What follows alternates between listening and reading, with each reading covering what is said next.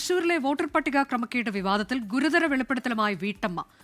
പൂങ്കുന്നത്തെ capital village അപ്പാർട്ട്മെന്റിൽ 6 കള്ളവോട്ടുകൾ തങ്ങളുടെ മേൽവിലാസത്തിൽ ചേർത്തു എന്നാണ് വീട്ടമ്മയുടെ വെളിപ്പെടുത്തൽ. പരാതി നൽകിയെങ്കിലും ഒരു നടപടിയും ഉണ്ടായിട്ടില്ല എന്നും പ്രസന്ന അശോകൻ 24-നോട് പറഞ്ഞു.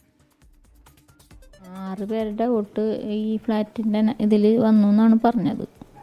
അപ്പോൾ അതിലെ ആൾക്കാരൊന്നും ഞങ്ങൾ അറിയുന്നതല്ല, ഞങ്ങളുടെ ബന്ധുക്കളും അല്ല, ആരുമല്ല. ഞങ്ങളിപ്പോൾ ഇതിൽ 4 വർഷമായി താമസിക്കുന്നു.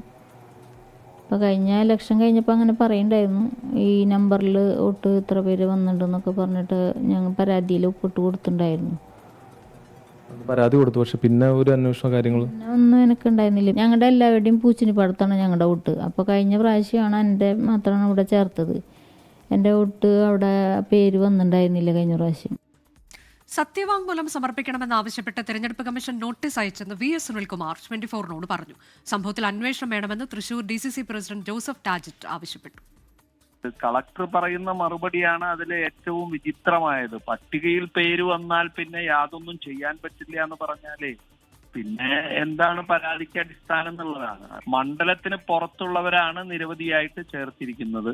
സാധാരണ ഇലക്ടറൽ ഓഫീസർ ഹിയർ ചെയ്യുന്നതിന് പകരം പിന്നെ BLOമാരാണ് ഇത് സാക്ഷ്യപ്പെടുത്തി വോട്ടാക്കി മാറ്റുന്നത്. അപ്പൊ അവരുടെ അന്വേഷണം എങ്ങനെയായിരുന്നു എന്നുള്ളത് കർശനമായി തന്നെ അത് അന്വേഷിക്കേണ്ടതാണ്. കാരണം അവരെ റിപ്പോർട്ട് ചെയ്യാതെ കണ്ട് ഇത് വോട്ടായി മാറില്ല. അപ്പൊ ജില്ലാ കളക്ടർ മുതൽ BLO വരെയുള്ളവരുടെ പ്രവർത്തനങ്ങൾ വളരെ കർശനമായി തന്നെ അന്വേഷിക്കുകയും തുടർ നടപടികൾ സ്വീകരിക്കണം എന്നുള്ളതാണ് നമുക്ക് ആവശ്യപ്പെടാനുള്ളത്.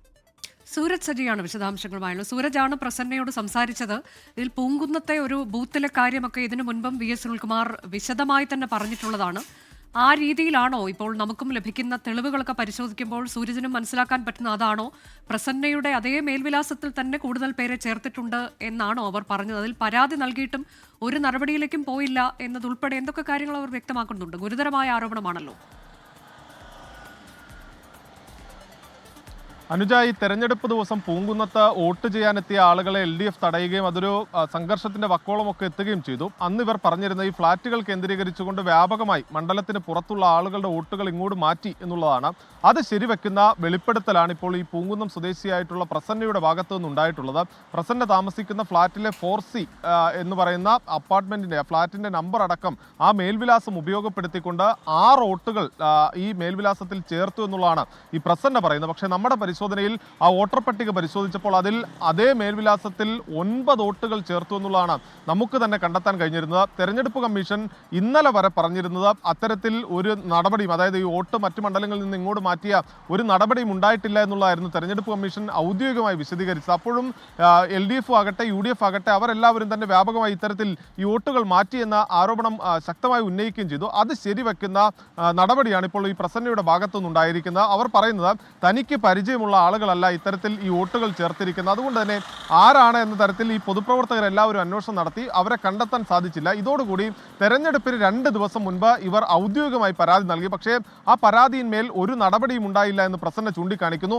ഇതിനിടയിലാണ് ഇന്നലെ VS സുനിൽകുമാറിന് തെരഞ്ഞെടുപ്പ് കമ്മീഷൻ കത്ത് നൽകുന്നത്. ഏതെങ്കിലും തരത്തിലുള്ള ആരോപണങ്ങളോ പരാതിയോ ഉണ്ടെങ്കിൽ അത് രേഖാമൂലം എഴുതി നൽകണം, അതായത് ഒരു സത്യവാങ്മൂലം അടക്കം സമർപ്പിച്ചുകൊണ്ട് നൽകണം എന്നൊരു കത്താണ് സുനിൽകുമാർ നൽകിയിരിക്കുന്നത്. അതിൽ ഉന്നയിക്കുന്ന ആരോപണങ്ങൾ തെറ്റാണെന്ന് തെളിഞ്ഞാൽ ഭാരതീയ ന്യായ സംഹിത പ്രകാരം നടപടി ഉണ്ടാകും എന്നുകൂടി ചൂണ്ടിക്കാണിക്കുന്നുണ്ട്. എന്തായാലും ഇപ്പോൾ വന്നിരിക്കുന്ന വെളിപ്പെടുത്തലിന്റെ പശ്ചാത്തലത്തിൽ കൂടുതൽ തെളിവുകൾ സമർപ്പിച്ചുകൊണ്ട് തെരഞ്ഞെടുപ്പ് കമ്മീഷന് പരാതി നൽകാനുള്ള ഒരുക്കത്തിലാണ് LDFും UDFും ഉള്ളത്. അനുജ, അതാണ് വളരെ പ്രധാനപ്പെട്ട ചില തെളിവുകൾ അതാണ് ഇപ്പോൾ പുറത്തു വരുന്നത്.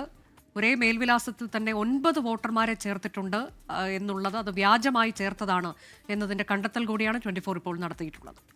ലോകത്തെവിടെയായാലും ഏത് സമയത്തും 24 വാർത്തകളും ഓഗ്മെന്റഡ് റിയാലിറ്റി പാക്കേജുകളും എക്സ്പ്ലെയിനറുകളും വിശദമായി കാണാൻ ഞങ്ങളുടെ YouTube ചാനൽ നിങ്ങൾക്ക് സബ്സ്ക്രൈബ് ചെയ്യാം.